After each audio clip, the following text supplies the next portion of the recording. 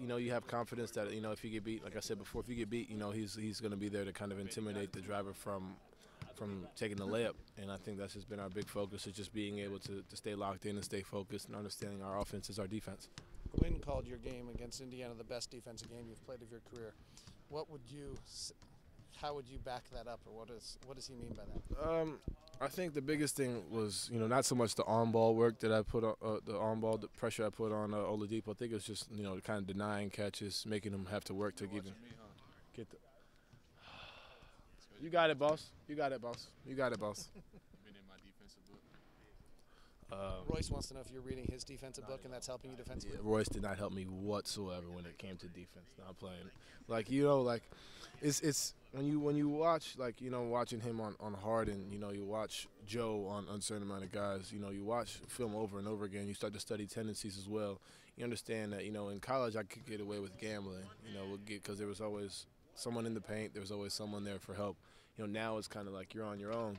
So now it's starting to understand that, keeping guys in front, staying contained, not being as aggressive, gambling for steals and whatnot. The thing that jumps out to me right now is you seem to be playing the game. Royce, you going back there? Can you? All right, I see how it is. No, I got it. All right. It doesn't seem like you're pressing to get your points in the game, that you've kind of learned how long 48 minutes is and that you can have your impact. Is that a fair assessment? And if so, I think it was more so yeah, I guess you could say like that, not so much pressing, understanding and playing more within the system. And I think that just comes with time of learning the system, learning where you got to be. After 2 months, you pretty much know every play, but now it's knowing what play is designed to get who a shot. Not so much coming off trying to score every time. I think that's been the biggest change in my mindset.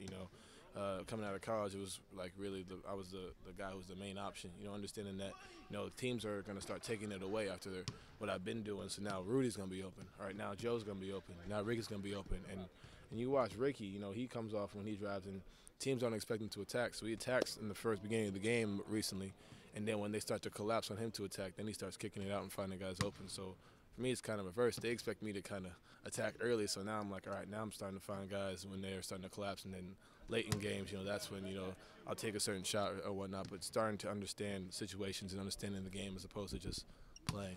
Looking back at your college, your last about 9-10 games, you averaged 19 points a game, and before that I think you averaged about 13 or something. Mm-hmm. What happened then, and how much has that been part of this whole process? What happened, what switched then? In Indiana, actually, it's funny, I got benched for the first 4 minutes of the game against Indiana in the same place we played the other day. And from that point on, it was December 30th. I tell people all the time, December 30th, 2016, like the last day, or 31st, excuse me, the last day of 2016 was when, it just changed. It just clicked, and everything just started going from being passive aggressive, not having any confidence, to I had my career high that day, and it just switched. Just switched the confidence-wise, defensively. My whole mood and demeanor changed. I was trying to kill everybody. I think that was one of the biggest changes. And now it's a different even type of confidence. Understanding that I could play at this level, and if I learned to play both offense and defense and how to understand the game, I think it'll be a big jump for me. And if I could just continue to learn, I'll get better and better. Why did you get benched? I wasn't playing well. I wasn't playing well, honestly, and that was Coach P. If you look it up, he said that I would respond the way I did respond. And he said that I'm going to come out and kind of essentially go off in that game, and that's what I did in that game. And from that point on, I didn't look back. But yeah, I was scoring 7 points, 9 points, going like 2 of 18. Like it was bad. It was bad, and it's just switched after that day.